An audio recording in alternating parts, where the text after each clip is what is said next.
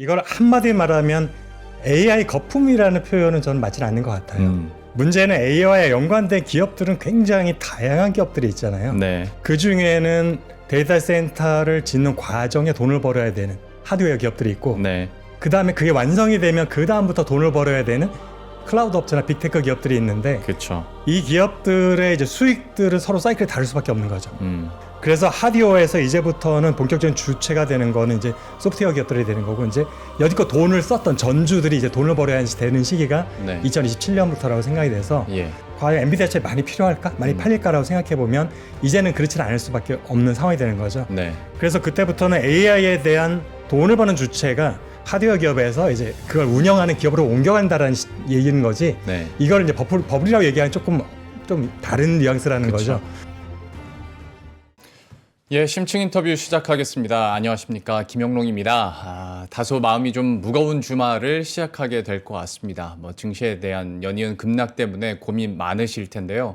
아무래도 시장에서는 AI가 거품이냐 아니냐로 시작해서 결국에는 근원적으로 이제 파티가 끝났나 아니면 아직 파티를 즐길 때인가에 대한 질문으로 귀결이 될 것 같습니다. 그래서 사실 이번 주에 심층 인터뷰 통해서도 참 반도체 산업에 대한 이야기도 많이 했고, 전력기기에 대한 이야기도 했고, 결과적으로 이 스토리가 지금 훼손이 됐느냐 안 됐느냐 라는 주제를 가지고 이야기를 참 많이 다뤘는데요. 오늘도 이 반도체 이슈를 중심으로 해서 그러면 지금 나오고 있는 뉴스들은 또 우리가 어떻게 해석하면서 이 파티가 끝난 건지 안 끝난 건지 함께 가늠을 해보도록 하겠습니다. 오늘 인더스트리 애널리스트 이주환 박사와 함께 하도록 하겠습니다. 어서 오십시오. 안녕하십니까. 네, 안녕하세요. 일단 삼성전자와 SK하이닉스의 좀 하락, 그리고 시장 전반적인 하락, 좀 어떤 구간으로 보고 계시는 건지, 그러니까 파티가 끝나가느라고 이러는 건지, 아니면 파티 중간에 노래도 바뀌어야 되니까 그 바뀔 때 잠깐 소강 상태로 봐야 되는 건지 어떻게 평가하십니까? 일단 정확한 건 시간이 지나야지 누구 말이 맞는지는 판단이 예. 나겠지만, 제가 계속 생각해 오고 있는 거로 말씀드리면, 현 시점은 본격적인 조정 같지는 않고요. 저는 기술적인 조정이라고 생각이 되는데, 이미 몇 주 전부터 계속 다 방송에서 이야기를 해왔던 대로 연말이 갈수록 외국인은 팔 수밖에 없다. 그래서 그 외국인이 팔아야 되는 이유는 대부분 이제 기금이나 펀드 형식으로 들어오는 거잖아요. 예. 한 기업이 그냥 사는 게 아니다 보니까, 그래서 연말이 되면서 자기도 이제 현금 배당을 해야 되죠, 주주들한테. 그렇죠. 그러니까 현금이 필요하고, 그 다음에 펀드 같은 경우는 고객들이 환매하지 않고 계속 머물러 있게 하려면 예. 연말에 이제 올해 결정 수익률이 중요하잖아요. 근데 지금 반도체 같은 경우는 사실은 많이 수익을 났을 거기 그렇죠. 때문에 네. 수익이 높은 종목들은 사실은 지금 팔아서 여기서 그냥 확정을 해버리는 게 가장 안전한 방법. 예. 그래서 그런 두 가지 요인 때문에 연말에 외국인들은 이제 매수보다 매도 쪽이 더 강할 거라고 계속 말씀드렸고, 이제 그렇다면 계속 주가가 갈 수 있느냐는 결국에는 기관도 비슷한 상황이다 보니까 네. 개인들이 그 매도 물량 얼마나 받아주냐에 따라서 강세가 될 수도 있고 아니면 약해질 수도 있다. 근데 이건 사실 연말에 한정되어 있는 이벤트라고 저는 생각이 되고 있고요. 네. 그래서 연초에 다시 이제 더 들어오는 외국인들도 많이 있을 것 같긴 하고, 이제 이런 단기적으로 보면 이렇게 말씀을 드릴 수 있을 것 같고, 좀 더 길게 보면 내년 연간까지를 생각해 보면은, 저는 개인적으로 이렇게 얘기하면 싫어하는 분도 계실 수 있겠지만, 한 차례나 두 차례는 이제 진짜 본격적인 조정이 한번 있을 것 같다라는 생각을 하고 있습니다. 예. 그러니까 사실 수급 주체들의 어찌 보면 태생적이라고 해야 되나요? 그런 구조 때문에 지금은 수급적으로 좀 매물이 나올 수밖에 없다라고 평가를 해주셨고, 그 얘기를 해주시니까 저도 문득 생각나는 게 3분기 결산 시즌 때도 급락들이 좀 나왔었어요. 생각해 보면 지금도 약간 그런 성격의, 근데 이번에는 또 연말이다 보니까 좀 더 일찍 이렇게 매물이 나오고 있는 것 같고, 그러면 물론 진짜 조정의 가능성에 대해서도 얘기를 해주셨는데, 그 앞서서 지금 AI와 관련된, 그리고 반도체와 관련된 스토리는 훼손됐다고 보기에는 너무 이르죠. 아니, 너무 뉴스들도 숫자들도 잘 나오긴 하니까요. 어떻게 평가하십니까? 그 부분이 사실은 이제 설명을 드려야 될 부분이고, 예. 그러니까 이걸 한마디 말하면 AI 거품이라는 표현은 저는 맞지는 않는 것 같아요. AI는 거품이 아니라고 생각이 되는데, 예. 문제는 AI와 연관된 기업들은 굉장히 다양한 기업들이 있잖아요. 네. 그 중에는 데이터 센터를 짓는 과정에 돈을 벌어야 되는 하드웨어 기업들이 있고, 네. 그다음에 그게 완성이 되면 그걸로 서비스해서 이제 그다음부터 돈을 벌어야 되는 투자를 했던 클라우드 업체나 빅테크 기업들이 있는데 그렇죠. 이 기업들의 이제 수익들은 서로 사이클이 다를 수밖에 없는 거죠. 그래서 그 뭐랄까 돈을 버는 주체는 바뀔 수 있다. 네. 그 전환점이 저는 이제 내년 연말 정도로 보는 거고. 예. 그래서 왜 내년 연말에 왜 전환을 보느냐? 우리가 보통 뭐 공장이나 고속도로를 짓는다고 생각을 하면은 뭐 고속도로는 사실 훨씬 더 많은 기간이 걸리겠지만 반도체 공장 같은 거 한 2년 정도. 데이터 센터는 기존에도 뭐 사이클이 있었어요, 항상. 그렇죠? 투자 사이클이 있기 때문에 한번 사이클이 시작이 되면 교체 주기 한 2년에서 3년 정도는 굉장히 많은 수요가 발생을 하죠. 네. 그리고 일단락이 되면 3년에서 5년 정도는 수요가 없어요. 거의 없는 거죠. 왜냐하면 지어놓고 또 짓는 기업은 없거든요. 네. 그래서 그 후로 이제는 하드웨어들의 그러니까 반도체 칩이죠. 엔비디아 칩이나 HBM 같은 하드웨어를 만드는 기업들은 결국 공장 자재이기 때문에 공장이 완공되는 시점을 내년 연말까지로 저는 보고 있고 왜냐하면 내년까지는 KPX 투자가 많을 것 같아요. 빅테크 네. 기업들에. 그러면 이제 3년이 차는 거거든요. 그 다음에는 약화될 수밖에 없다. 어차피 네. 돈이 더 이상 있지도 않고 이제부터 돈을 벌지 않으면 CEO가 이사회에서 문책을 받을 수도 있고 그쵸. 주총장에서 주주들한테 질책을 받을 수 있기 때문에 그래서 하드웨어에서 이제부터는 본격적인 주체가 되는 거는 이제 소프트웨어 기업들이 되는 거고 이제 여지껏 돈을 썼던 전주들이 이제 돈을 벌어야 되는 시기가 네. 2027년부터라고 생각이 돼서 예. 그렇게 되면 이제 공장을 짓는 성장성은 좀 약화될 수밖에 없잖아요. 네. 뭐 마이너스까지는 안 될 수도 있지만 지난 3년, 그러니까 내년 포함해서 3년 동안 같이 과연 엔비디아 칩이 많이 필요할까? 많이 팔릴까라고 생각해 보면 이제는 그렇지는 않을 수밖에 없는 상황이 되는 거죠. 네. 그래서 그때부터는 AI에 대한 돈을 버는 주체가 하드웨어 기업에서 이제 그걸 운영하는 기업으로 옮겨간다라는 얘기인 거지. 네. 이걸 이제 버블이라고 얘기하는 조금 좀 다른 뉘앙스라는 거죠. 그래서 주체가 전환되는 시점, 마라톤이 이제 터치가 되는 건 거고. 그런데 사실상 우리 일반 수요자들 느끼기에는 본격적으로 빅테크 기업들이 서비스들이 막 다양한 게 나올 때가 네. 우리가 느끼기에는 저나 앵커니 느끼기에는 드디어 AI 시대가 왔다라고 느낄 거예요. 그렇죠? 예. 챗 GTP가 등장했을 때 우리가 AI라는 걸 느꼈지. 네. 칩을 만드는 동안에 우리는 전혀 아무도 몰랐거든요. 그렇죠. 그렇기 때문에 사실 AI 거품이라는 얘기를 할 때는 우리가 피부로 느낄 때는 사실 2027년부터 본격적으로 AI 시대가 나오는 건데 문제는 이제 투자자 입장에서는 그 부분에서 한 번은 매수를 그러니까 뭐랄까 우리 대상을 바꿔야 될 시기는 올 수 있다. 여기까지는 사실 내년까지는 엔비디아 하이닉스가 돈을 많이 벌겠지만 예. 2027년부터는 이제 빅테크 기업들 볼 건데 누가 될지 몰라요. 아마존이 될지 마이크로소프트가 될지 오픈AI가 될지 모르지만 그들 중에 누군가 이제 진짜 돈을 많이 버는 시기가 시작이 돼요. 2027년부터. 예. 그래서 하드웨어들의 이익 증가율은 둔화될 수밖에 없으니까 이익이나 주가도 좀 약세가 될 수밖에 없다라는 것을 말씀을 드리고 그 다음에 이제 본격적으로 돈 버는 애들 중에 누가 성공할지는 현재로서 알 수 없다라는 게 네. 누구를 미리 쌀 때 사놔야 될지를 모르는데 이 부분에 대해서 이제 우리 고민이 깊어지는 거고 많은 이제 공부도 필요한 부분이고 전문가들의 의견도 참조할 필요가 있는 것 같고요. 그래서 지금 3년 동안 하드웨어의 사이클이 있었고 그 다음에 이제 소프트웨어의 사이클이 한 2, 3년을 가겠죠. 그런데 그런 걸 가지고 AI 버블이라고 하기엔 좀 애매하고 단지 하지만 우리가 엔비디아만 놓고 보면 네. 엔비디아의 이제 가장 좋던 시절은 내년까지일 수 있다라는 아. 가능성은 좀 미리 알고 있는 게 좋을 것 같습니다. 예. 저도 동의합니다. 그러니까 사실 지금 주식 투자자 입장에서는 누가 살아남을지 모르는데 돈을 이렇게 써도 되나? 라는 불안감도 분명히 있는 거고.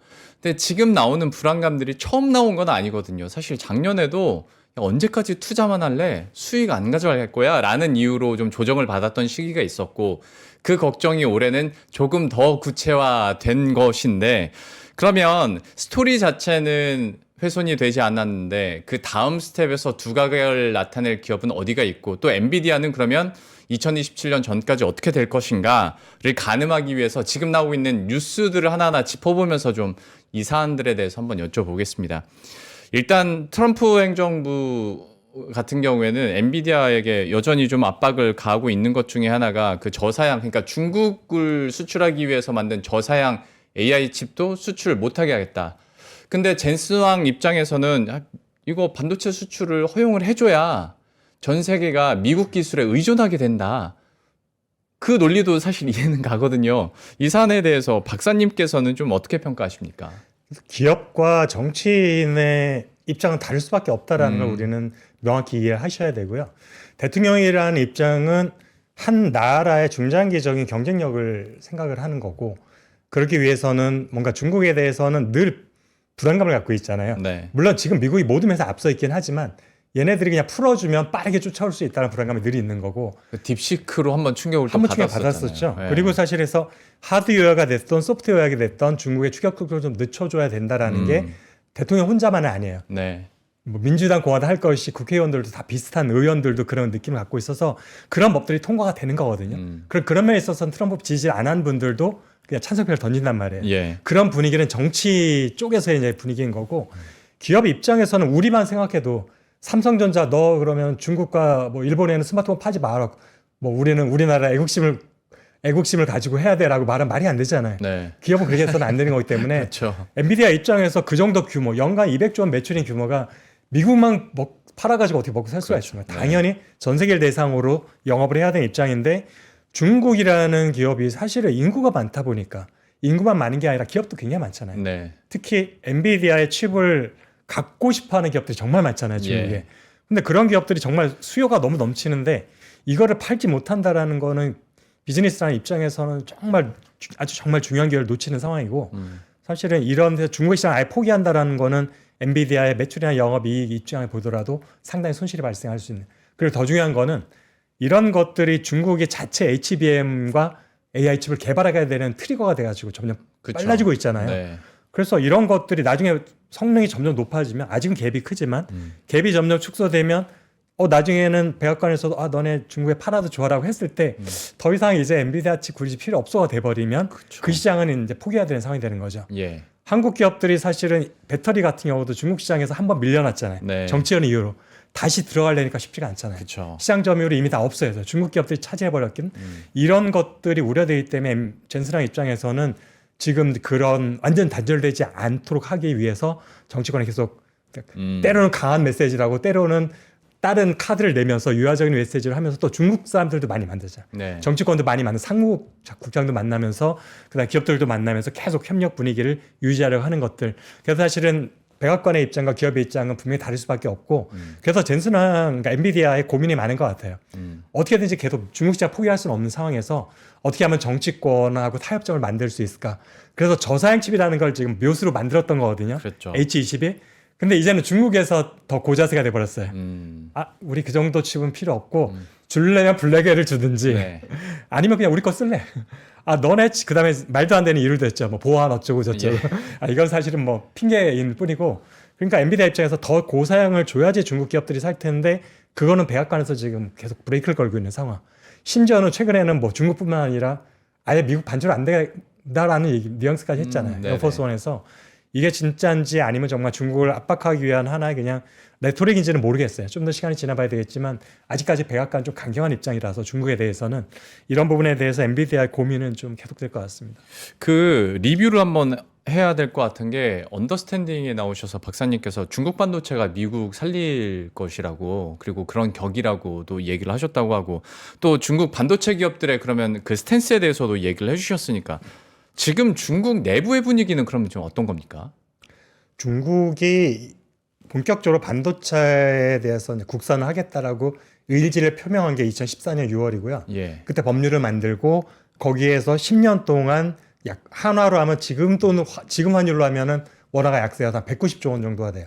그래서 10년 동안 190조 원을 투자를 해서 국산화율 100%가 아니었고 애초에 그냥 50% 정도를 국산화 하겠다라는 것. 사실 50%가 이미 물 건너 가긴 했죠. 네. 왜냐하면 이제 10년이 투자 끝나는 해가 올해예요. 그래서 이제는 결실을 어느 정도 맺혔어야 되는데 원래 목표로 했던 50%는 크게 못 미치죠. 그래서 원래 계획대로는 잘 안 됐다라는 것이 다행스러운 것이긴 한데 네. 그럼에도 불구하고 이제 본격적으로 중국의 물량이 늘어나기 시작한 거는 확실하다라는 그래서 사실은 가성비로 따지면 좋지 않을 수는 있지만 근데 중국 같은 경우 사실 처음에 어떤 산업시 할 때 가성비 따지지 않잖아요. 네. 그냥 무조건 퍼버어서 네. 손해가 나도 좋고 적자가 나도 좋아. 정부 돈으로 살아남고 어쨌든 시장 점유율을 높여라는 거긴데 그렇죠. 그게 원년이 오래가 된 것 같습니다. 작년까지만 해도 이제 분기별로 디램과 낸드의 이제 시장 점유율 분포가 딱 기업별로 나오잖아요. 그럼 탑 10까지 나오는데 중국 기업은 당연히 탑 10에 없고요. 탑 10에 없는데 탑 10 기업을 제외한 나머지 시장 점유율이 1%도 안 됐어요. 그러니까 중국이 아무리 끌어모아도 1%가 안 된다는 얘기인 거죠. 다시 네. 말하면은. 근데 지금은 중국이라는 기업은 없지만 탑10 외에 기타란 점유율이 굉장히 높아졌고 D램에는 이미 2분기 정도에 5%, 낸드는 7%를 돌파를 했습니다. 이게 거의 대부분 사실은 중국인 거죠. 그래서 이게 연말이 되면 더 높아졌을 것이고 내년이 되면 더 빠르게 높아질 가능성이 높습니다. 기술력 측면에서도 그러면 이제 어느 정도 그 천장을 좀 뚫고 올라가고 있다고 평가를 하십니까? 기술력은 여전히 좀 몇 년의 격차는 있는 것 같아요. 지금 삼성전자가 어떻게 보면 D램에서 약간 승부수를 던지긴 했지만 HBM4에서 6세대 제품에서 D램이랑 우리가 1XYG, ABC 이렇게 나가는데 예. 지금 경쟁사들 하이닉스와 마이크론 1B 제품으로 6세대까지 하겠다라고 모든 것들을 셋업을 했는데 삼성전자는 먼저 6세대 1C로 가겠다고 했습니다. 그래서 어떻게 보면은 한국에서 가장 앞선 기술은 양산이 가능한 건 1C죠. 그게 아마 11나노에서 12나노 중간 정도 될 것 같은데 그럼 중국이 지금 양산을 하는 거 지금 뭐 DDR5도 막 초반이고 DDR4는 어느 정도 캐파가 많이 늘었다는 얘기 많이 듣잖아요. 그랬을 때 그게 아마도 제가 볼 때는 1세대, 2세대로 구분했을 때 한 2세대와 3세대가 아직까지 메인일 것 같고 그러니까 1A 제품 우리로 하면 이제 4세대는 아직 물량이 많지는 않은 정도. 그러니까 아직도 몇 년의 기술 격차는 있는 것 같습니다. 네, 알겠습니다.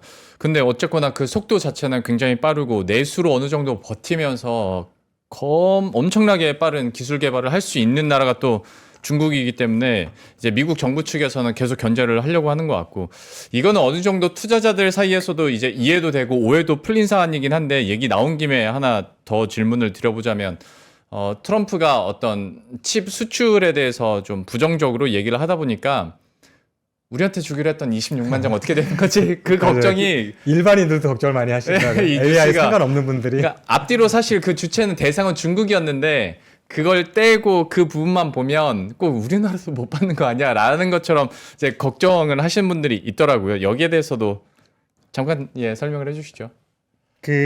이거 관련해서 최근에 이제 방송에서 가장 많은 질문들이었기 때문에 네. 저도 이제 생각을 많이 할 수밖에 없는 포인트였고 저는 한 3가지 정도의 가능성을 보고 있습니다. 그렇게 세 많이 가지 중에 나옵니까? 어떤 게 많은지 모르겠어요. 예. 하나는 정말 젠슨 왕이 이제 한국 시장에 블랙웨어를 팔고 싶었어요. 네. 사실은 그 이면까지 생각하는 게 우리는 맞긴 한데 이걸 여기까지 관심도 없던 한국에 와서 그렇게 공을 들이면서 무슨 깐부회동에 뭐 온갖 미사역을 넣고 무슨 삼성 전대 회장 영상 편집까지 얘기를 하면서 맞아요. 이렇게 공을 들일까 누가 보더라도 그런 적이 없었거든요. 네. 다른 나라에서조차도 왜 이렇게 바뀌었을까부터 사실은 생각해 보는 게 저는 좀 맞다고 생각이 되거든요. 스토리상. 그래서 엔비디아가 분명히 올해도 완판이 맞고 내년 연말까지도 많이 팔릴 거예요. 올해보다 더 많이 팔릴 건데 문제는 아까 말씀드렸잖아요. 2027년이 되면 돈 버는 주체가 이제 공장 짓는 하드웨어가 아니라 소프트웨어 쪽으로 넘어갈 수밖에 없다. 네. 그 시점이 1년밖에 안 남은 거죠. 그래서 그 부분에 대해서 엔비디아는 이미 고민이 충분히 분석을 했을 것이고 고민을 하고 있어서 과거에는 미국 중국에만 팔아도 충분했었는데 이제는 주로 사주던 그 빅테크 기업들이 내년 1년까지는 더 많이 사주겠지만 그쯤 되면 대충 이제 마무리가 될 것 같은 거죠. 원래 데이터 센터 투자 주기가 그렇기 때문에 네. AI라고 달라질 건 없는 거예요. 그러다 보니까 엔비디아가 모를 리가 없죠. 여기서 몇십 년을 지금 뼈가 굵은 기업인데 그렇기 때문에 이제는 작은 시장에 눈을 돌리기 시작했고 그중에 첫 번째로 눈에 들어왔던 게 한국이죠. 아마 제가 볼 때는 한국, 일본, 대만, 영국 정도인 것 같아요. 그 다음 타겟이. 그래서 한국에서 바로 미국으로 안 가고 영국으로 런던으로 갔거든요. 그래서 이런 일련의 과정들이 이제는 이전에 신경 쓰지 않았던 작은 시장까지도 신경을 써야 될 만큼 엔비디아가 고객 확보가 이제 쉽지 않아지는 시기가 가까웠다. 아직은 아니에요. 1년이 남았지만 예. 미리 준비를 하는 거죠. 미리 고객을 확보해 놔야지 중장기적으로 이제 물량을 확보해 놔 수 있으니까 그런 측면이 있었다고 저는 생각이 되고 있고 그런 와중에 어쨌든 26만 장 공급하겠다. 현재로서 블랙웰 칩이면 가장 상위에 있는 칩이니까 네. 그런데 이제 바로 다음날 백악관 날 비행기에서 네. 블랙웰은 미국에 반출이 안 돼. 중국을 비롯해서 어떤 나라에도 안 되라 해서 이 부분에서 이제 한 가지 가능성은 이 어떤 나라의 우방국은 좀 협상을 통해서 열릴 가능성이 있다라고 생각이 되고 있고 그래서 아마도 우리나라 뭐 산자부라든지 일부 부서에서 미국 측하고 이 부분에 조율을 하지 않을까라고 생각이 되고 있고요. 그래서 잘 조율이 끝나면 뭐 원래대로 26만 장 블랙웰 칩을 저희가 받을 수 있다라는 거 하나. 또 하나는 이게 어떻게 보면 가장 저희가 생각할 때 우리가 좀 한번 먹었네라고 생각될 수 있는 시나리오인데 네. 애초에 젠슨 왕 CEO는 한국에 호퍼칩을 팔고 싶었다. 블랙웰이 아니라. 왜? 재고 처리를 해야 되거든요. 이제 블랙웰이 메인이 됐고 내년 네. 되면 루빈칩이 나와요. 베라 루빈칩이. 그쵸. 호퍼칩 빨리 찾아야 되는데 중국에 처리하고 싶은데 중국에 못 파는 상황에서 미국과 중국의 주요 고객한테 팔 수는 없어요. 그러면 재고 처리할 수 있는 게 일본, 대만, 한국, 영국 같은 이스라엘, UAE 같은 데거든요. 예. 그래서 호퍼칩을 하고 싶은데 처음부터 우리 호퍼칩 줄게 하면 누구나 다 기분 나빠서 안 사. 차라리 AMD 거 살래 할 테니까 블랙웰칩을 주겠다고 해서 일단은 MOU를 체결했던 구두가 됐던 해놓고 이제 모종의 백악관하고 협의가 있었던 거죠. 그쪽에서 막아주기를 까는 건 미리 알고 있었다는 거죠. 그래서 우린 주고 싶었는데 정치권에서 하도 강하니까 블랙웰을 못 주고 미안한데 호퍼칩으로 줄게. 애초에 호퍼칩을 팔 생각이었는데 재고떨이. 요게 제가 생각하는 최악의 시나리오고요. 지금 말씀하신 시나리오가 실제로 뭐 얘기가 나오는 거예요? 아니면 그야말로 진짜 박사님께서 어떤 시나리오로 예상을 하시는 거예요? 뇌피셜에 가깝긴 한데 네. 최근 2달 동안에 엔비디아 젠슨 왕 CEO의 행보를 보면 네. 굉장히 지금 쪼달리고 있다는 느낌을 받고 있어요. 야. 기술적으로나 영업적으로나. 네. 가장 대표적인 게 인텔과 오픈 AI와의 대규모 투자 협약이거든요. 네. 다 기억을 하실 텐데 오픈 AI는 돈을 내가 줄게. 대신 그 돈은 우리 칩을 쓰는데 사용해야 돼. 네. 그러니까 여지껏 제일 많이 사주던 고객한테 이제는 내 돈을 줘야지 살 수 있는 상황. 왜냐 오픈 AI가 돈이 없습니다. 네. 그러니까 내 돈을 줘서 사게 만들고 당연히 돈을 못 갚죠. 돈이 없어서 못 사는 건데 대신 지분을 줘.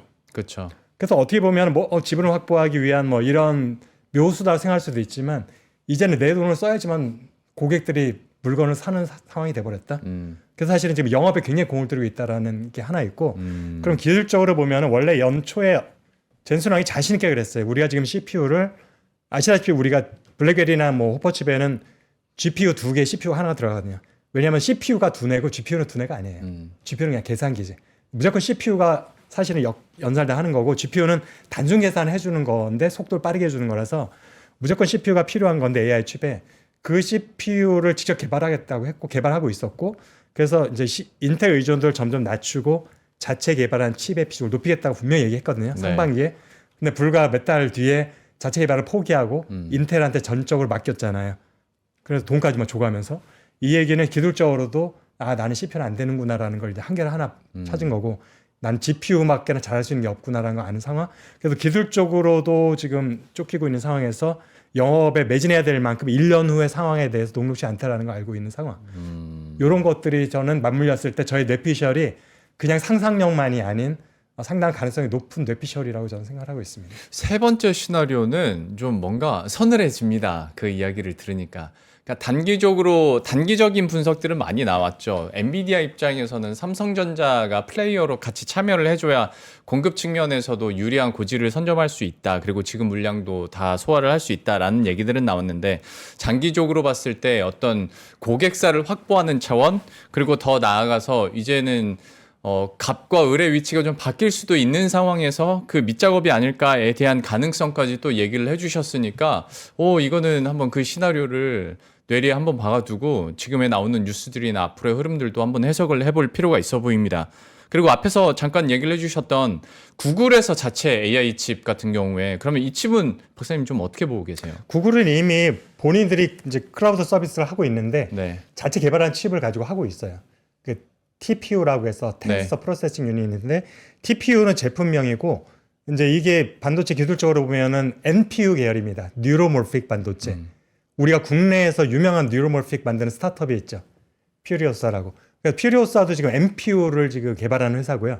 구글도 자체가 개발하는 거는 이제 GPU 계열이라기보다는 NPU 쪽입니다. 예. 그래서 지금 NPU 쪽에 진영들이 몇몇 기업들이 있는데 근데 구글 같은 경우는 이미 고객들한테 자체 킵 텐서 프로세싱 유닛을 가진 걸 가지고 서비스를 이미 하고 있고요. 서비스 시작이 돼 있는 상황인데 그 구성을 보면은 그냥 NPU 100%로 하는 건 아닌 것 같고 네. NPU와 GPU와 CPU를 세 개를 다 묶어 쓰고 있더라고요. 그러니까 아직까지는 NPU 단독적으로 CPU의 역할과 GPU 역할까지 다 할 수 있을 정도의 개발 완성도는 안 됐다라는 거죠. 그러니까 미래 AI 칩이라고 우리가 보통 많이 얘기를 하고 지금도 보면 교수님들이 가장 앞선 연구를 하고 계시잖아요. 만나보면 아직까지 완성되지 않은 기술이라고 말씀하셔서 거기에 대해서 지금 해결해야 될 문제들이 많다라고 말씀도 하시거든요. 네. 그래서 NPU가 메인으로 쓰기보다는 일부 쓰이는 정도인데 어쨌든 구글에서는 그러니까 사실 온전히 GPU 의존도에서는 이미 탈피를 해버린 거죠. 예. 그럼에도 아직까지 많이 사긴 했을 거예요. GPU를 네. 섞어 쓰고 있기 때문에. 근데 구글에서는 아마도 지금 자체 서비스를 하고 자체 칩을 개발한 거는 해보니까 고객의 반응이 나쁘지 않았다는 것을 우리가 좀 추론할 수 있는 거죠. 자체 개발한 칩에 대한 만족도가 어느 정도 있으면 그럼 굳이 엔비디아 걸 사서 쓰느니 네. 우리가 개발한 걸로 쓰는 게 사실은 커스터마이즈가 되는 효과도 있고 네. 가격 면에서 비용 면에서도 메리트가 있기 때문에 그쪽 비중을 높여가는 거. 네. 이제 엔비디아 거 안 사겠다는 얘기는 아닐 거예요, 분명히. 네. 그래서 이 사는 비중을 줄이면서 자체 개발 칩을 비중을 높여가는 전략인 것으로 저는 생각하고 있습니다. 이쪽 측면에서 이런 분석이나 생각은 박사님께서 어떻게 생각하시는지 좀 궁금한데 처음에 구글의 AI 칩 나왔을 때 여기가 기술력이 좋고 싸게 하더라도 결국 이 AI 칩을 쓰는 건 엔지니어들인데 엔지니어들이 그 엔비디아의 쿠다 그 생태계 안에 갇혀서 그게 너무 좋기 때문에 더 비싸더라도 결국 엔비디아 거 살 거야. 이런 얘기들도 있었거든요. 사실 그것도 무시는 못하죠. 쿠다 생태계에 대해서는. 근데 이 생태계를 벗어날 수 있을 정도로 구글이 AI 칩 생태계에 이렇게 들어갈 수 있을 것인가에 대한 가능성은 좀 어떻게 보세요? 사실은 그게 이제 진입 장벽인 거죠. 네. 쿠다 생태계라는 게. 근데 진입 장벽이라는 건 마찰력도 그렇지만 딱 처음에 이례적으로만 발생하는 거예요. 한번 넘어가면 의미가 없어지는 장벽이에요. 그래서 이미 NPU 계열로 시제품을 만들어서 했으면 이미 그 장벽은 없어진 거거든요. 그래서 사실 의미가 없는 거예요. 쿠다가 장벽이 되지 않고. 그 다음에 지금 향후에도 보면 AI 하드웨어가 여전히 많이 팔리겠죠. 네. 왜냐하면 전체 규모는 커지는 거니까. 그러니까 성장률이 둔화된다는 말씀을 드리는 거라서. 근데 점차 이제는 ASIC 쪽에 수요가 많아질 거라는 거예요. 자체 개발하고 맞추면 본인한테 필요. 왜냐하면 이제는 추론이 더 필요하잖아요. 추론용 그렇죠. AI가. 추론은 대부분 맞춤형을 쓰길 원해요. 그러다 보면 이제 ASIC으로 가게 돼서 직접 설계하고 TSMC가 만들어주는 구조가 되는 거죠. 지금 엔비디아 칩이라는 거는 백화점과 똑같아요. 이마트에서 자기가 규격에 맞춰 몇 가지 쫙 진열해 놓고 그렇죠. 가격 라벨만 틀려. 이거 성능 좋은데 비싸. 그 중에 그냥 사서 쓰는 거지 본인이 뭔가 거기를 내 아이디어를 넣어서 만드는 게 아닌 거죠. 그러니까 네. 기성품. 마지막에 ASIC 같은 경우는 맞춤형 양보에 가까운 건데 앞으로는 이제 추론 쪽이 좀 더 시장이 커지고 중요해지기 때문에 그래서 앞으로 이제 AI 칩도 그냥 기성품인 엔비디아의 칩에 대한 의존도는 분명히 낮아질 수밖에 없고 보통 지금 말하던 빅테크 기업들이 많겠죠. 대부분 직접 설계해서 제작하는 ASIC 칩들의 수요가 많아질 것으로 생각되기 때문에 이미 쿠다 생태계는 의미가 없어지는 거죠. 아하. 본인의 칩이 등장하는 순간. 네네. 알겠습니다. 어떤 말씀인지. 구글의 AI 칩 관련된 이야기를 이렇게 하는 와중에 또 뉴스가 들려왔죠. 머스크가 또 인텔과 협력해가지고 AI 칩 공장 건설하겠다. 이 뉴스는 또 어떻게 해석을 하고 받아들이고 앞으로의 전망을 그려야겠습니까? 제가 사실 기사를 자세히 읽어보지 못하고 타이틀만 지금 본 네네. 상태여서 근데 지금 보면은 구글하고 이제 테슬라하고 접점은 자율주행차거든요. 네. 구글도 자율주행차 시장을 지금 계속 이미 열어가고 있는 기업 중에 하나이고 그다음에 이미 택시까지 로보택시를 하고 있고 그다음에 뭐 테슬라를 당연히 장기 자동차는 무조건 자율주행차여야 된다고 생각하고 있어서 네. 결국에는 로봇도 일정 부분 있을 수 있겠지만 제가 볼 때는 자율주행차가 가장 공통부분가 많은 부분이어서 그 부분을 만약에 공통 칩, 공통 소프트웨어로 해서 협력을 하게 되면 윈윈할 수도 있지 않을까라는 생각이 있었을 것 같아요. 네. 왜냐하면 혼자 개발하려면 쉽지는 않잖아요. 그렇죠. 예. 그래서 결국에는 그냥 차 만들던 회사 소프트웨어를 만들어야 되는 거고 우리가 클라우드 서비스 하던 애들이 직접 반도체 칩을 개발해야 되는 거니까 쉽지가 않으니 우리 둘 다 공통의 니드가 있으니까 공통으로 만들어서 같이 나눠 쓰자라는 걸 수 있는 건데 지금 반도체에도 낸드 시장이 지금 그런 상황이에요. 미국에 있는 웨스턴 디지털하고 일본의 키옥시아가 그런 식으로 지금 깐부 아닌 깐부를 맺어 있는 상황이거든요. 그렇죠. 네. 그래서 웨스턴 디지털은 자기 공장이 아예 없고 그래서 키옥시아 공장을 이용하지만 자기의 지분만큼 물량을 확보하는 식인데 이런 식의 동맹을 하고 싶어하는 게 아닐까라고 그냥 짐작은 하는데 근데 제가 볼 때 과연 그 동맹이 오래 갈 것 같지는 않아요. 왜요? 어차피 경쟁자잖아요. 그렇긴 자율주행 하죠. 차에서 네. 똑같은 품목이 들어가면 여기서는 상대방한테 우위에 설 수 있는 요소가 하나 없어지는 거예요. 공통이 되는 순간 이거 말고 다른 걸로 승부해야 되는데 네. 여지까지 테슬라가 기존의 전통적인 OEM 자동차에서 앞서 있었던 거는 소프트웨어 쪽이거든요. 네. 그중에서 자율주행 서비스인데 이게 구글하고 분명히 경쟁을 해야 되는데 구글과 같은 칩을 쓴다. 여기서 경쟁 우위가 없고 똑같아진다라는 거는 테슬라 입장에 봤을 때 반가운 건 아닐 거예요. 그래서 과연 이 동맹이 오래 갈지는 잘 모르겠고 네. 만약에 이게 데이터 센터용 AI일 수도 있거든요.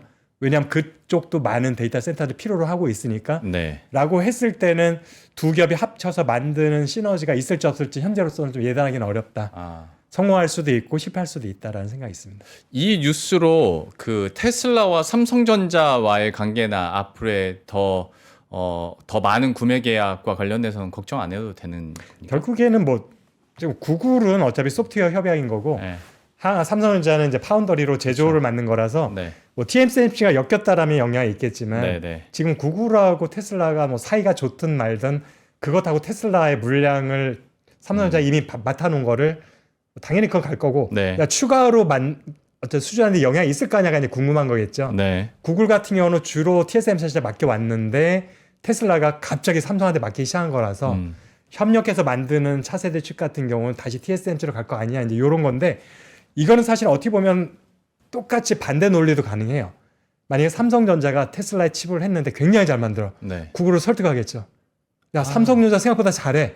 너네도 TSMC만 바라보지 말고 물량 좀 줘봐. 이렇게 될 수도 있기 때문에 네. 사실은 저는 이거는 열린 결말입니다. 예. 그래서 불리할 것도 유리할 것도 없고 그래서 제 바라기는 삼성전자가 이제 2027년부터 미국에서 생산하기 시작하는 A5, A6 그 물량들에 대해서 AI5, AI6 물량을 정말 고객이 만족할 만하게 물량을 잘 만들어서 납품을 해주면 네. 적자가 나더라도 네. 고객을 만족시킬 수 있으면 오히려 구글한테 테슬라가 좋게 얘기를 해줄 수도 있는 그런 기회도 될 것 같습니다. 박사님, 제가 지금 그 반성이 되는 것 중에 하나가 제가 뉴스를 너무 많이, 그러니까 뉴스에 매몰돼 있구나라는 생각이 뉴스를 많이 드는 보실 게, 수밖에 없잖아요, 지금.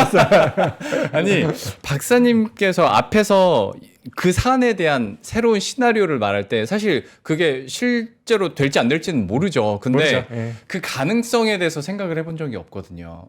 새로운 가능성을 말씀을 해주시니까 이것도 한번 고려는 해봐야겠다라는 생각들을 연이어서 하게 되고, 그리고 이제 좀 뭐 우울하다면 우울한 문제, 그리고 가장 지금 문제화되고 있는 문제가 결국 이제 돈을 못 번다. 언제까지 투자만 할 거냐. 뭐 이런 문제에 대해서도 한번 이야기는 나눠 보도록 할 텐데, 이게 지금 시기는 수익을 내야 정상인 시기인지 아니면 여전히 투자를 막 계속 해야 하는 게 맞는 시기인지 그것부터 판단을 해야 우리 주식 투자자분들도 투자하는 기업에 대해서 좀 조바심이 덜 들 것 같아서요. 근데 사실은 좀 죄송한데 제가 클라우드 기업들의 재무제표를 분석을 해본 적이 없어서 네. 분석을 해보면 설비 투자에 관련된 지출 항목이 뭔지 제가 보면 알잖아요. 네. 그 시점이 많아진 시점과 네. 매출이 증가한 시점하고 시차가 얼마나 되는지가 나오거든요. 네. 근데 그걸 아직까지 제가 분석을 해본 적은 없어요. 클라우드 업체들은 반도체 회사들이 아니잖아요. 예. 그래서 딱히 제가 총대를 메고 분석을 해본 적이 없다 보니까 그래서 지금 정확하게 한 2년 정도면 나와야 되는 건지 3년 이상 원래 지나야지 결실을 맺기 시작하는 건지에 대해서 정확히 모른다라는 것들 일단 이제 말씀 먼저 드리고 예. 그럼에도 불구하고 이제 2024년부터 2026년 3년 동안 정말 천문학적인 투자를 했습니다. 내년도에 예상되는 KPX라고 하잖아요, 보통. 네. 그래서 세계 8대 클라우드 업체들, CSP라고 하는, 사실 얘네들 가장 큰 손이기 때문에 올해보다도 무려 한 40%더 증액된 6천억 달러 예상치가 최근에 나왔어요, 오늘. 네, 네. 그 정도 거의 800조 원이거든요. 예. 그 얘기는 800조 원만큼 클라우드 서비스의 하드웨어를 또 만드는 거예요, 내년에도. 우리나라 1년 예산보다 더 많은 돈이 거기에 투자되는 우리가 건데. 770조 원으로 올라왔나요, 지금? 그러니까 이렇기 때문에 내년까지도 엔비디아나 하이닉스는 돈을 잘 벌 수밖에 없고 네. 올해보다 더 많이 벌 거다라는 걸 미리 안심을 시켜드릴게요. 예. 그러니까 지금 뭐 거품론 어쩌고 주가랑 어쨌든 별개로 실적 말씀드리면 내년에 올해보다 더 좋은 역대 최대치라는 말이 또 나올 수 있다. 삼성전자도 이제 턴어라운드 될 게 분명하다. 네. 왜냐하면 DDR 가격이 왕창 올라오고 있기 때문에 HBM 안 하더라도 가격이 올라오고 있기 때문에 네. 그래서 삼성 하이닉스 둘 다 실적은 내년에 정말 좋을 거다라는 거, 엔비디아도 좋을 거고 네. TSMC도 당연히 좋을 거고 그래서 실적 부분을 이렇게 말씀드리는 건 자신 있게 말씀드릴 수 있는데 근데 주가는 사실은 상당 부분 선반영되는 부분이 있다 보니까 네. 내년이 되면 필연적으로 매출 성장이 둔화는 예견돼 있어요. 엔비디아도. 네. 지난번에 엔비디아가 과거에 한 매출 증가율이 분기에서 전년 했을 때 200% 하다가 150%, 100대다 90% 되니까 폭락했어요, 주가가. 맞아요. 네. 90% 엄청난 거거든요. 그렇죠. 그러다가 그 다음에 50%로 하니까 또 폭락했어요. 그런데 만약에 20%가 나오면 주주들의 반응이 어떻게 될까 생각해 봤거든요. 내년에는 분기별로 한 4분기쯤 되면 20%가 나올 수도 있어요.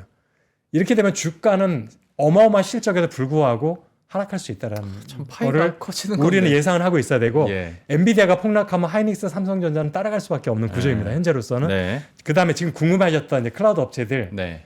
제가 볼 때 2년 후에 투자가 완료되는 게 내년이거든요. 네. 투자 완료되자마자 바로 돈을 벌 수는 없긴 하잖아요. 그러니까 물론 1차 년도에 투자했던 것들이 한 3차 년도부터 돈을 벌기 시작하는 게 맞긴 해요. 사실 그렇게 사업을 하는 게 정상적이기 때문에. 네. 근데 그럼에도 불구하고 바로 돈이 안 될 수는 있다. 왜냐하면 AI 시장이 아직은 개화기라는 거. 그러니까 기존에 있던 시장에서 뭔가 업그레이드된 걸 꺼내는 게 아니라 없던 상품을 지금 개발해야 되는 위치에 있는 게 현재 클라우드 업체들이라는 거죠. 예. 그러다 보니까 챗GPT가 내놓은 상품 이외에 그와 차별성 있는 뭔가가 나온 게 있느냐? 별로 없잖아요. 네. 따라하는 제품들이었을 뿐이고 피지컬 AI 얘기 나오지만 그거는 사실은 제가 볼 때는 먼 훗날의 얘기. 기술적으로는 어느 정도 나오지만 규모가 데이터 센터의 뭐 100분의 1이나 될까 말까 한 규모이기 때문에 거기를 가지고 기존의 주가나 실적을 대체할 수는 절대 없다. 당분간은. 그렇기 때문에 결국엔 데이터 센터 쪽에 우리는 의존할 수밖에 없는데 클라우드 업체들이 모든 업체에 돈 버는 건 불가능하다는 건 누구나 다 알고 그쵸. 있어서 예. 제가 볼 때 분명히 이제 2017년, 18년 한 2년 정도 되면은 옥석가리기가 될 것 같습니다. 투자는 다 똑같이 많이 했는데 투자를 누가 제대로 잘했느냐, 누가 투자한 것들에서 이제는 열매를 맺기 시작하느냐가 2017년, 2028년도 정도 되면 윤곽이 드러날 것 같고요. 거기서 이제는 주가가 치고 올라가는 기업 분명히 있을 것 같고 거기서 반대로 이제 돈만 쓰고 망했다라는 기업들은 곤두박질할 수밖에 없고 CEO가 교체되는 기업들이 나올 수밖에 없거든요. 네. 근데 그래서 지금 돈을 못 번다라는 것에 대해서는 저는 걱정을 안 합니다. 이제 거품론을 하면서 지금 돈 버는 기업이 없잖아. 그거는 산업을 잘 이해 못하는 멘트라고 생각이 되고요. 네. 지금 돈 못 버는 게 정상이다. 돈을 벌기 시작하는 원년이 2027년으로 벌고 있어서 2027년부터 이제 누가 진짜 돈 벌어서 매출이 증가가 눈에 보이는지 그 기업이 이제 제2의 엔비디아가 되는 거겠죠. 네. 참 이게 그러니까 머리로는 다 이해가 되는데도 이제 투자자 입장에서는 그러니까 HBM 그러니까 곡괭이 만드는 회사가 돈 버는 건 지금 알겠는데 광부는 언제까지 돈을 못 벌 거야에 대한 근본적인 문제점들이 계속 인식이 또한 되는 뿐더러 저는 개인적으로 더 궁금한 건 이거는 워낙 그 회사마다 다른 얘기니까 질문을 드리진 않습니다만은 이 광부들마다 다 지갑 사정이 다를 거잖아요. 2, 3년을 버틸 여력이 있을까에 대한 궁금증도 사실 있거든요.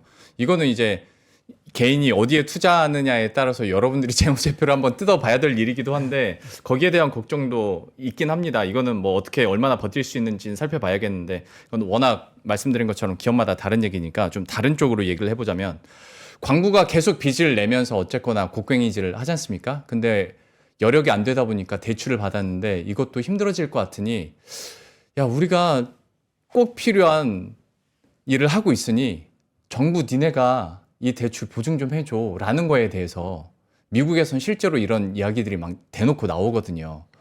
박사님께서는 이 사안에 대해서는 어떻게 보십니까? AI 산업이 중요한 건 알겠는데 이 산업이나 기업에 대한 보증을 국가가 해준다에 대해서는 좀 어떻게 우리가 바라봐야 될까요? 즉 그게 대규모로 일어났던 게 2007년, 2008년이죠. 부동산 관련된 네. 업체들의 금융기관들이 파산하게 됐을 때 정부에 무제한적으로 종목을 제한하면서 다 국유화가 돼버린 거죠. 예. 나중에 다시 조금씩 팔긴 했지만 이제 그때 후유증이 너무 컸어요. 10년 이상 갔던 것 같아요, 후유증들이. 그래서 아마 미국 정부 입장에서도 그때처럼 그렇게 정부가 굉장히 적극적으로 개입을 하기 좀 어렵지 않을까라는 생각이 들고 있고요. 지금은 너무 그때도 안 좋았지만 지금은 정부의 재정 적체가 너무 심합니다. 네. 지금 연간 국채 발행에 따른 이자만 해도 한국 예산보다도 아마 많이 나갈걸요? 그런 상황에서 만약 그걸 보증을 하면 물론 보증은 직접 돈이 안 나간다고 하지만 망할 수 있는 거잖아요. 그렇죠. 근데 규모가 몇백조, 몇천조란 말이에요. 이거 만약에 하나라도 무너지면은 그 다음 거죠. 선거에서 분명히 집니다. 아, 그렇죠. 여당은 누가 여당이었든지 분명히 집니다. 예. 그 재정 문제 때문에 휘청거리거든요. 그래서 이 리스크가 크기 때문에 정부에서 그렇게 적극적으로 하기 쉽지 않을 것 같은 생각이 들고 있고 사실은 맞습니다. 지금 그래서 오픈 AI가 바로 시작이 됐잖아요. 네. 돈을 빌려서 사기 시작했는데 은행에서 빌리지 않고 물건을 파는 사람한테 빌려서 사는 네. 굉장히 특이한 경우에 지금 첫 케이스가 됐는데 이런 상황들이 지금 앞으로도 잊지 말라는 보장이 없죠. 네. 엔비디아 지금 돈이 많거든요. 이런 오픈 AI와 같은 사례를 또 할 수도 있다라는 가능성은 널려두고 있어요. 그래서 주요 고객들한테 돈을 주고 나중에 지분을 받는 형식으로. 그렇게 되면 나중에 무슨 어떤 이점이 있느냐. 칩이 안 팔린 시기가 오잖아요. 네. 돈을 계속 벌어요. 음. 이제 그 돈을 버는 회사의 주주거든요. 그쵸. 배당을 받으면 되거든요. 그래서 어떻게 보면은 엔비디아 입장에서는 잉여한 돈을 여기도 지금 알잖아요. 하드웨어 시대가 끝나가는데 무리하게 증산할 필요는 없잖아요. 네. 그러다가 번 돈을 갖고 있으면 뭐 하겠어? 세금만 내지? 그러면은 이 기회에 빅테크 기업 때 지분을 갖고 있으면 오히려 그 다음에 돈 버는 시대가 됐을 때 안정적인 수익원이 될 수 있어서 그거에 대해서 사실 나쁘게 생각 안 할 것 같습니다. 그래서 네. 그런 딜들이 저는 오픈AI와 비슷한 딜이 향후에도 좀 몇 개 되어 있지 않을까라고 생각합니다. 참 쉽지 않은 이야기입니다. 그리고 과연 이 이익을 언제 누가 어떻게 변화하면서 가져갈지도 계속 지켜는 봐야 될 텐데, 이것도 좀 추상적인 어떻게 답이 나올지 모르겠습니다만 생각나니까 제가 박사님 믿고 한번 질문 드려봅니다. AI 산업에 대해서 그러면 공공 영역에 투자하고 민간 투자를 이거 어느 선까지 나누고 어느 선까지 주도를 정부한테 주고 해야 되는 겁니까? 그러니까 우리나라 같은 경우에야 후발주자니까 정부에서 밀어줘야 된다지만 궁극적으로 봤을 때 우리나라도 그렇고 미국도 그렇고 공공의 영역과 민간의 영역을 어떻게 이렇게 무자르듯이 자를 수 있을까에 대한 고민이 있습니다. 한국은 일단 정부가 돈이 많지 않아요. 네. 늘 빠듯한 거 아시잖아요. 예산 네. 하는 거 보면 미국도 생각보다 이렇게 돈이 넉넉하진 않아요. 셧다운 되는 거 보시면 아시잖아요. 자기는 빚도 여유비가 없어요. 그렇죠. 그런데 사실은 정부에서 그래서 미국의 여러 가지 정책들 하면서 굉장히 큰 프로젝트를 발표할 때 보면은 네. 정부 돈을 얼마 쓰겠다는 얘기를 한 번도 본 적이 없어요. 음. 다 민간인들의 돈을 그냥 자기들은 백악관에서 발표만 하게 하는 거거든요. 네. 그게 미국의 공공 정책이에요. 예. 그러니까 미국이 정부가 돈을 쓰진 않습니다. 음. 그러면 한국은 돈을 쓸 여력이 많이 있느냐? 지금 초반에 GPU를 좀 사서 공급하겠다. 좀 학술이나 좀 작은 규모의 그 정도에는 먼저 약간 마중물 정도 될 수 있죠. 네. 뭐 5만 장, 6만 장 이 정도 얘기니까. 근데 이게 정말 대규모가 됐을 때 정부가 돈을 사서 준다라는 거는 일단 재정적으로 가능하지도 않고 마음이 있어도 가능하지도 않고 마찬가지입니다. 그렇게 돈을 퍼줬다가 그렇게 되면은 과연 유권자들이 그걸 잘했다고 칭찬의 표를 막 줄 수 있을까? 당장 내년에 지자체 선거했을 때 그것도 장담할 수 없는 거죠. 뭐 우리가 A하면 먹고 사는 회사냐? 조선도 중요해, 자동차도 중요해, 소호도 중요해. 이러면은 거기에도 왜 정부에서는 소극적으로 하느냐? 왜냐 그분들 다 표잖아요. 네. 오히려 거꾸로 생각하면은 AI 관련된 곳에 종사하는 직원의 수는 적어요. 자동화가 많이 돼 있기 때문에. 예.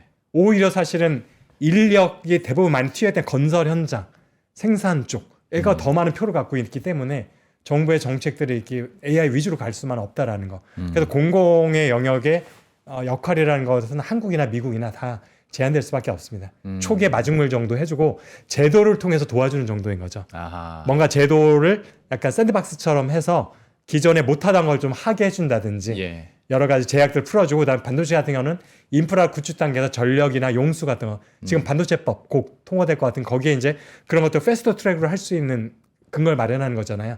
이런 거는 정부가 해줄 수 있는 영역이잖아요. 돈이 들어가는 게 아니라 이런 부분이 오히려 정부가 할 수 있는 공공 부분의 힘인 것 같습니다. 그러니까 뭐 미국에서도 대출 보증이랄지 아니면 우리나라 같은 경우에서도 정부 주도 그리고 정부의 투자들이 막 이런 소식들이 나타나다 보니까 그 영역을 어떻게 구분하고 또 사실 더 궁금한 건 나중에 과실을 따먹을 때 어떻게 나눌까에 대한 궁금증들이 있었는데 현실적으로 애초에 그거는 쉽지 않은 문제이고 제도적인 접근으로 정부가 지원할 수 있을지언정 직접 투자가 되기에는 여전히 여러 가지 한계가 있다라는 부분도 명확하게 얘기를 해주셨으니 그리고 지금 이제 공공의 초본에 본인들도 태우는 연구 개발 많이 해요. 예, 미래 기술을 하는 것들은 네, 그 경우에는 이제 보통 작은 규모에서 시작을 하고 뭐 교수님이나 중소기업들이 같이 많이 이제 협력해서 하는데 그분들 얘기를 들어보면 처음에는 정부가 돈을 주니까 정말 좋았대요. 네, 나중에 이제 돈을 벌기 시작하니까 정부가 가져가야 될 분량이 있거든요. 네. 주고 나면 남는 돈이 하나도 없대요. 이 고충을 늘 얘기해서 네, 정부가 만약에 돈을 줬다 하면 네, 손해나야 쉽게 손해는 안 보려고 합니다. 그렇겠죠. 그렇게 되면은 사실은 그 돈을 받을 때는 너무 좋았지만 네, 나중에는 결국엔 그 공이 다 정부로 갈 가능성도 있어서 네. 정부의 공적 자원에 돈을 받는 거에서 그렇게 기업들이 싹 좋아하지만 않습니다. 맞아요. 그래서 제도를 차라리 개선해 주는 걸 좋아하죠. 제가 걱정했던 게 딱 그 부분이 생각하셨어요? 네. 그래서 결국에는 남는 게 기업이 아니라 정부 이익이 남을 경우에 진짜 이걸 산업 발전이라고 봐야 할 수 있을까에 대한 궁금증들이 있었는데 딱 그 부분 말씀해 주셔서 가려운 부분이 해결이 됐습니다. 시간이 많이 흘러서 이거 하나만 더 여쭤보고 좀 마무리는 해야 될 것 같은데 삼성전자가 뭐 주가도 이렇게 오르고 물론 좀 다시 좀 떨어지긴 했습니다만은 삼성전자가 오를 수 있었던 이유가 물론 AI 뭐 깐부 회동도 있었겠지만 레거시 반도체 메모리 가격의 상승이 사실 꽤 컸거든요. 근데 이런 레거시 반도체의 가격 상승이 정말 구조적인 상승으로 다시 화랑으로 볼 수 있는 것인지 아니면 AI 쪽 수요나 이런 스토리가 워낙 확장되다 보니까 여기도 함께 올라가는 것인지에 대해서는 좀 어떻게 평가하십니까? 가격이 올라간 거는 명확합니다. 설명이 가능한 거고 언제까지 올라갈 건지도 명확하게 나와 있어요. 내년까지 올라갑니다. 그리고 가격이 올라간 이유는 수요가 좋아서는 절대 아니에요. 제가 수요를 분석해 봤거든요. 지금 최근에 보면 한국의 반도체 수출이 역대 최고를 계속 경신하고 있거든요. 예. 그러면은 금액이잖아요, 그거는. 그러면은 수량으로는 어떻게 됐을까라고 분석을 해봤어요. 지금의 반도체 주요 제품의 수출 수량이 2022년 수준이더라고요. 3년 전 수준. 네. 3년 동안 수요가 하나도 증가 안 한 거예요. 그러니까 지금 수요가 좋아서 가격 올라간다고 많은 분들이 얘기하잖아요. 그거는 분석 자체가 잘못된 거고요. 수요는 안 좋아요. 지금도 네. 3년 전 수준이니까 좋을 리가 없죠. 예. 그런데 왜 가격이 올라가? 공급 부족인 거예요. 공급 쪽에서 설비 투자를 계속 보수적으로 안 했어요, 잘. 그렇죠. 그리고 감산을 계속했습니다. 지난 1년 동안 감산한 게 보여요. 재고 수준을 쭉 보면은. 그러니까 2017, 2017년, 2018년과 똑같아요. 수요는 굉장히 안 좋았는데 공급 부족 때문에 가격만 올라갔던 거. 그러니까 순식간에 거품이 꺼졌잖아요. 지금도 사실은 수요가 좋아서 올라간 가격이 아니기 때문에 공급만 정상화되면 순식간에 내려갈 수밖에 없는 상승세에 있는데 예. 이게 내년까지는 상승할 것 같은 게 올해 설비 투자했던 게 내년에 반영되는 건데 예. 올해도 설비 투자를 공격적으로 안 했습니다. 한국 기업들은. 네. 그래서 내년에 가격의 강세가 있을 것 같다. 근데 후년이 되면 달라진다. 내년에 어느 기업이나 다 굉장히 공격적인 설비 투자를 할 것으로 보고 있습니다. 네. 그리고 또 하나 우려되는 건 한국이 굉장히 보수적 설비 투자에서 감축을 할 때 증산을 한 곳이 있어요. 문제는 중국이죠. 그러면 2년 동안 한국의 공급 공백을 중국이 여전히 공장 늘렸으면 이게 1, 2년 후에 바로 시장 점유율로 부메랑으로 돌아오거든요. 현재 우리가 실적을 보호하기 위해서 감산을 한 건 잘했어요. 돈은 벌었는데 네. 그만큼 뺏긴 거는 시장 점유율을 포기하고 간 거예요. 예. 그 시장 점유율은 자연스럽게 중국이 가져갈 수밖에 없습니다. 실제로 수치가 그렇게 나오고 있죠. 증산을 또 그만큼 해왔기 때문에 네. 캐파가 확 늘어나 있습니다. 그러면 굳이 SK하이닉스 같은 경우에는 저희가 큰 걱정은 안 하거든요. 투자자 여러분들도 그럴 텐데 삼성전자에 대해서는 그러면 어떻게 바라봐야 됩니까? 그 시나리오대로라면 좀 걱정을 해야 되는 겁니까? 이제 결국에는 이제 중국 시장 점유율이 높아지는 건 어쩔 수 없다고 하고 예. 남은 시장을 가지고 3, 4가 이제 나눠 먹어야 되는 거잖아요. 예. 그러니까 세 회사가 다 망하진 않겠죠. 아니, 망하진 회사는 없을 텐데 네네. 누가 타격을 많이 받을까는 이제 그들 중에서의 경쟁이죠. 3, 4 중에서. 네. 이 중에서도 여전히 잘 하는 회사들은 다른, 그러니까 중국의 점유율을 뺏긴 만큼을 다른 두 회사에서 가져와 버리면 되거든요. 그래서 누군가는 잘하지만 누군가는 뺏기는 회사는 있을 겁니다. 근데 현재로서는 누군지는 알 수 없고 뚜껑을 열어봐야죠. 굳이 두 회사, 그러니까 SK하이닉스나 삼성전자 중에 그래도 긍정적으로 전망하는 쪽은 어느 쪽인지 여쭤봐도 됩니까? 그러니까 그 부분은 사실은 HBM 시장에 대해서는 현재 우위는 무조건 하이닉스. 예. 삼성전자가 내년 어떻게 될지는 뚜껑 열어봐야 되는 거는 저도 사실 정확히 알 수 없는 부분. HBM을 제외한 다른 제품을 놓고 보면 기본적으로 제조 원가가 삼성전자가 낮습니다. 그리고 물량은 많습니다. 그래서 반도체 AI를 제외한 제품만 가지고 실적이 내년에 좋아진다고 하면 삼성전자의 이익 증가 폭이 클 수밖에 없죠. 알겠습니다. 힌트와 답은 다 나온 것 같습니다. 사실 지금까지 쭉 얘기해 주시는 로직만으로 어느 정도 유추는 됐는데 박사님 입 통해서 그 대답을 좀 듣고 싶었습니다. 오늘 반도체 산업이나 지금 나오고 있는 실시간 뉴스들을 어떻게 해석할 수 있을지, 그리고 앞으로의 특히 시나리오는 뭐가 있는지를 살펴보는 과정에서 참 여러 가지 아이디어를 얻을 수 있었던 시간인데요. 우리 투자자 여러분들께서도 주말 사이에 또 이런 시나리오도 있구나를 한번 곱씹어 보면서 어떤 중장기적인 전략도 다시 한번 점검을 해봤으면 하는 바람이고요. 박사님과는 이 정도로 마무리 짓고 인사드리도록 하겠습니다. 인더스트리 애널리스트 이주환 박사와 함께했습니다. 오늘 말씀 고맙습니다. 감사합니다. 이렇게 적은 금액으로 각 분야의 제일 전문가인 분들의 살아있는 지혜를 들을 수 있다는 게 굉장히 감사하다는 말씀을 너무 드리고 싶었어요. 저는 앞으로 이 위즈덤 컬리지가 계속되면 저는 여생을 함께하고 싶다는 생각을 많이 합니다. 여러분들이 보내주신 뜨거운 성원을 바탕으로 2026 학년도에는 더욱 깊이 있는 강의와 경험을 준비했습니다. 철학, 정의란 무엇인가의 마이클 샌델 교수, 기술, 블록체인과 암호화폐의 철학을 읽어내는 오태민 작가, 창의, 시공간을 넘는 상상력으로 세상을 그리는 베르나르 베르베르 작가, 각 분야 최고의 전문가 17명이 위즈덤 칼리지 2026 학년도 연사로 함께합니다. 지금 신청하시면 교보문고 쌤 12개월, 3프로 멤버십과 지하엔 멤버십 1개월, 교보문고 북 콘서트 초청, 2026년도 3프로 유료 프로그램 최우선 배정 및 특별 할인 적용까지 30만 원 상당의 혜택을 모두 드립니다. 영상 아래 링크를 통해 살펴보세요.